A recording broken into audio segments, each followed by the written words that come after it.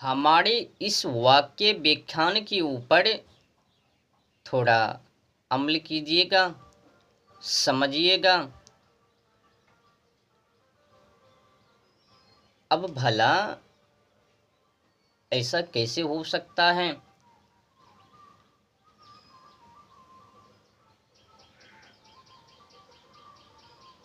माँ कभी किसी निर्दोष जानवर की, पंछी की जीवन से अलविदा मृत्यु को मांग सकती है? कभी नहीं। अगर मांग सकती हैं, कुर्बानी किसी निर्दोष जानवर, पंछी ये मांग सकती हैं, तो फिर वो माँ ही नहीं हो सकती है। माँ तो आदि शक्ति है, सबको जन्म देने वाली है, सबको देखने वाली है। हर जीव प्राणी एक समान। काली माँ के नेतृत्व, वो माँ है, जगजननी माँ है, सत्य रूपा माँ है।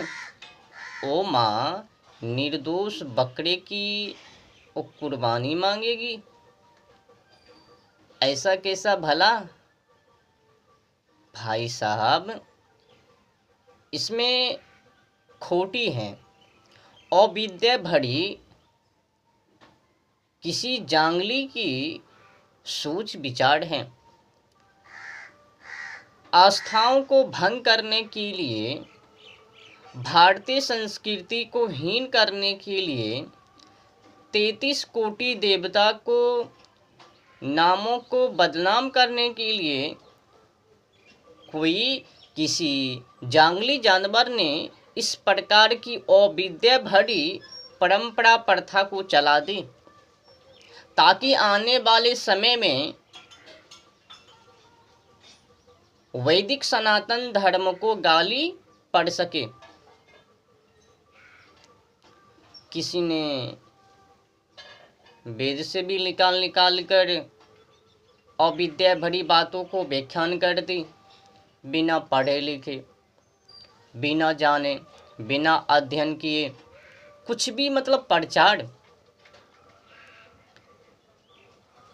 सीधी सी मान लो, जिसके माध्यम से आपने जन्म लिया, ओ माँ जब अपनी औलाद की कुर्बानी नहीं मांग सकती हैं, तो फिर वो जगदन्नी काली माँ की 9 रूप, वो तो जगजननी है। उनके सामने तो हर जीव प्राणी एक समान है। वो अपनी औलाद की बलि कुर्बानी कैसे मांग सकती है?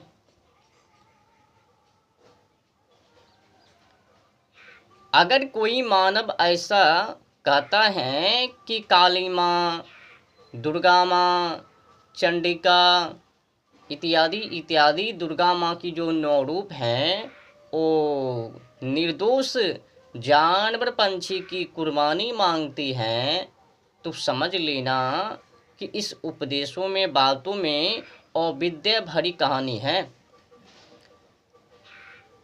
किसी माँ से पूछना, ये जो है ना पृथ्वी की माँ, इनसे पूछना, क्या माँ जी, आप तो जानवर पंछी को खाती हो ना, तो बस एक काम करना, रात्रि में हमारे स्वप्न में काली माँ आई। उसने कही, किसी माँ से पूछना, उनको कहना कि आपकी औलाद की जो है ना, उनको कुर्बानी देनी है, क्या दीजिएगा?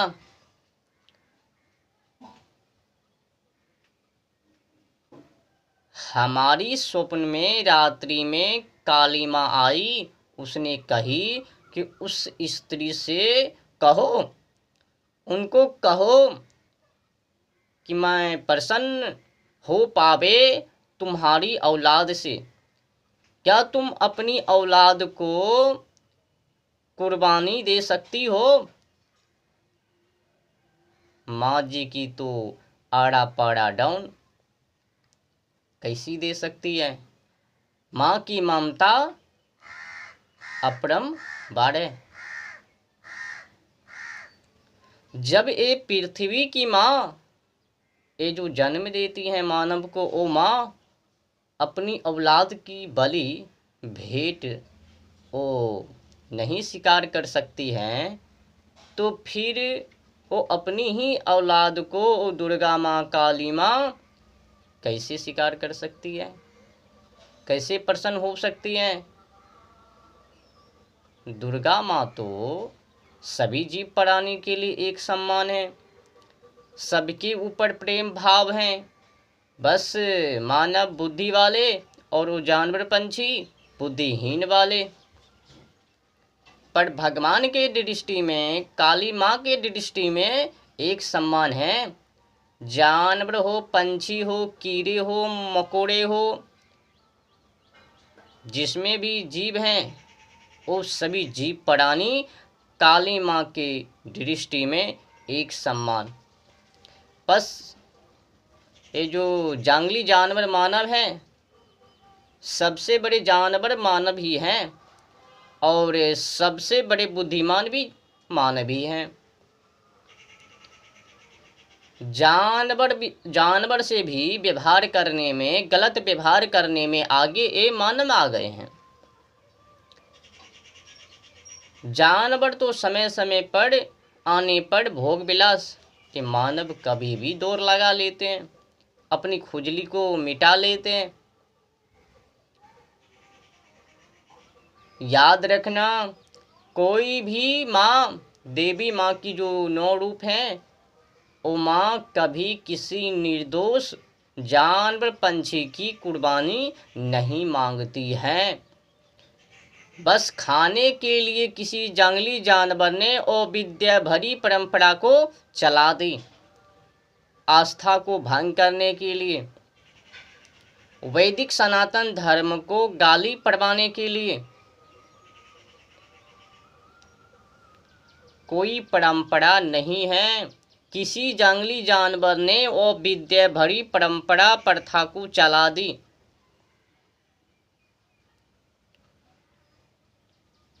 आपको एक बात कहूं, जब अपने देश गुलाम था गोरा अंग्रेजों से, तो उस समय में एक जंगली जानवर ब्रिटिश से आया।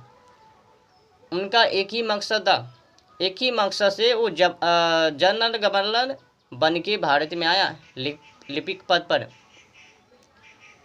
उनका काम था गांव-गांव में घूमना, गांव-गांव में जाना और नागरिक को इकट्ठा करना, नागरिक का मेला लगाना, उनसे पूछताछ करना, क्या तुम्हारे पास कोई कागज पत्तर हैं? तो भारत में कागज पत्तर चलता ही नहीं था उस समय में।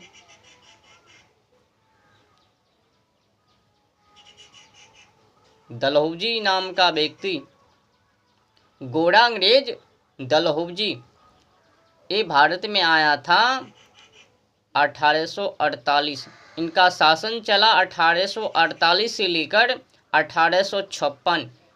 इसी पाखंडी ने अधिक से अधिक लूटने के लिए, क्रांतिकारी के मार से बचने के लिए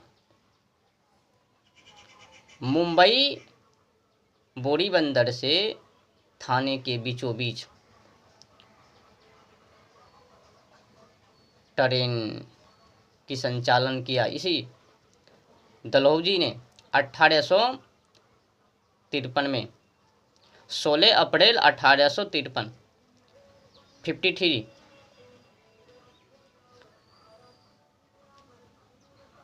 इसी डलहौजी के नाम से एक शहर भी बसता है, उसमें कई भोग विलास करने वाले मानव भी जाते हैं वहाँ पर मनोरंजन करने के लिए।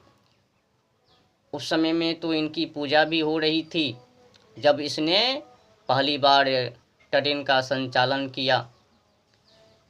मुंबई बोरीबंदर थाने के बीचों बीच। ऐसे तो एक गोरा अंग्रेज लॉर्ड डलहौजी को ट्रेनों की जननी एक कही जाती है। तो इसी पाखंडी ने इनकी तो बड़ाई खूब करती है, ये सर टीचर्स मास्टर लोग खूब बड़ाई, बस इसी बात को लेकर कि इसने ट्रेन को संचालन किया पहली बार भारत में आकर, बड़ी काम उपलब्धि की इसने हासिल की। पर इनकी जो बुराई है, इसने जो लूटने की काम की, इसने क्यों ट्रेन की पटरी बिछाई, पूरी विस्तार से नहीं बताता वो। अरे भाई, भारतवासियों की खुशी के लिए इसने ट्रेनों की संचालन नहीं की कि भारतवासी खुशी खुशी वो करेंगे। उसने अधिक से अधिक लूटने के लिए, क्रांतिकारी के मार से बचने के लिए इसने सोचा हाली हाली से लूटनी है तो लंबे लंबे हाथ को मारना पड़ेगा, नहीं तो एक क्रांतिकारी मुझे तो लूटने के लिए नहीं देंगे। तो अधिक से अधिक लूटने के लिए, क्रांतिकारी की मारों से बचने के लिए एक से एक व्यवस्था भारत में, जहां से लूट आसान वहां पर पटरी बिछा देते थे। पर इनका जो हकीकत है अंग्रेज लॉर्ड डलहौजी का, ये भी जानना जरूरी है। आखिर वहां से ब्रिटिश से ये लॉर्ड डलहौजी को क्यों भेजा? इनका मकसद भी गजब का था। लोग को बहलाने के लिए, फुसलाने के लिए गांव गांव में घूम घूम कर प्रचार करता था कि मैं आया हूं तुम लोगों की अर्थव्यवस्था को सुधार में लाने के लिए, सामाजिक जीवन में परिवर्तन लाने के लिए। तुम लोगों की अर्थव्यवस्था बहुत ही खराब है, मैं सुधार में लाऊंगा। तुम्हारी कानून व्यवस्था को भी सुधार में लाऊंगा। एक काम को मैं करने के लिए भारत में आया हूँ। खा के सुधारेंगे। इनकी लूट तो देखो ना। ये जो अंग्रेज लॉर्ड डलहौजी हैं, इनका तो क्रूरता को देखो ना, जल्लादी दुर्व्यवहार को तो देखो ना। जब ये भारत में आया तो गांव गांव में जा जाकर, घूम घूम कर, नागरिक का मेला लगा लगा कर उनसे पूछताछ करके, क्या तुम्हारे पास कोई कागज पत्तर हैं, प्रमाणित हैं, दस्तावेज हैं? तो याद रखना सजनों, अपने देश में वो कागज पत्तर उस समय नहीं चलती थी। तो किसान इनसे बोला कि हमारे देशों में वो कागज पत्तर नहीं चलता है। तो फिर एक गोरा अंग्रेज लॉर्ड डलहौजी बोला, तो तुम्हारा प्रमाणित क्या है? तो हमारे बाबा को अगले वाले बाबा ने दिया, वो अगले वाले बाबा ने दिया। यही पुरानी परंपरा चलती आ गई यहाँ तक। यही परंपरा है हमारे देशों में, यही प्रमाणित है, यही दस्तावेज हैं, यही हमारे कागज पत्तर हैं। उसने उसको दिया, उसने उसको दिया, ये परंपरा है हमारे देशों में। वो कागज पत्तर नहीं चलती है हमारे देशों में। पता है, एक गोरा अंग्रेज लॉर्ड डलहौजी ने किसानों के साथ क्या क्रूरता व्यवहार की।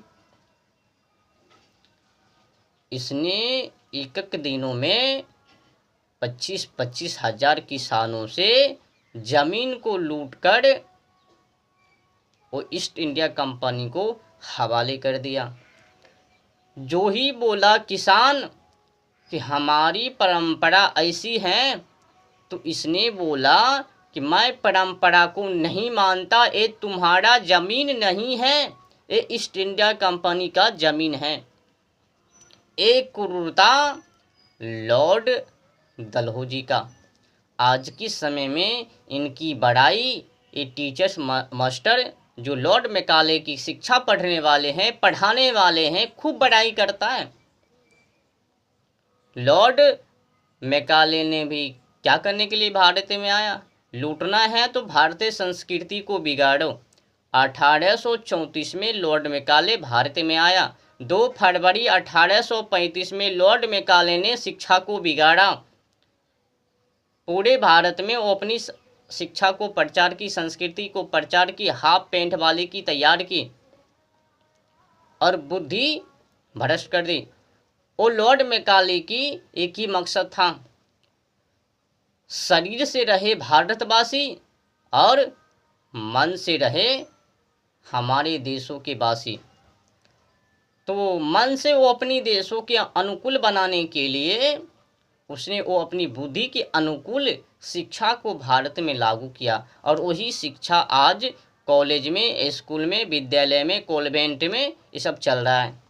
और हम देशवासियों ने उस शिक्षा को हटाया नहीं, वही शिक्षा के माध्यम से ये सब नौकरी लेते हैं।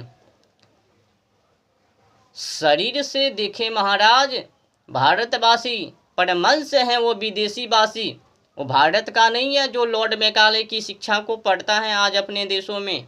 और जो अपने देश में चल रहे हैं कॉलेज, स्कूल, ये अपनी भारतीय संस्कृति के अनुकूल ये शिक्षा कॉलेज में नहीं है। सरकारी कॉलेज में अधूरी शिक्षा है और जो कॉन्वेंट है वो प्योर लॉर्ड मैकाले की शिक्षा है।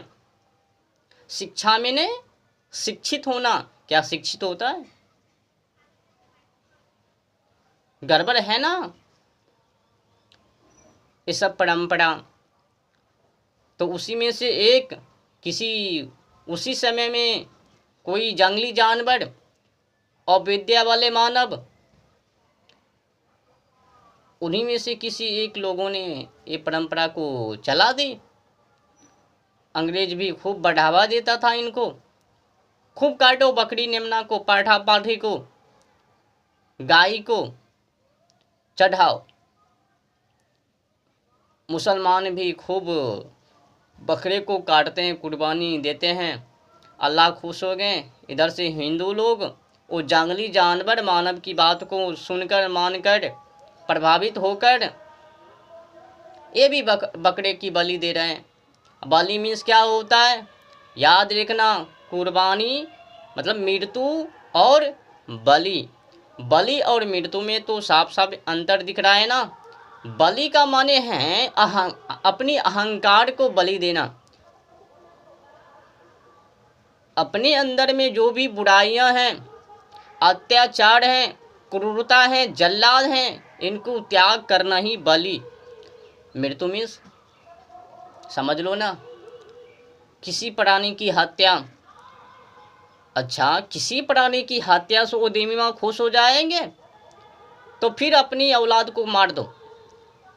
एक कहावत को पिछले कुछ दिनों पहले मैंने एक कहावत को सुना। अपने बेटे की मुंडन और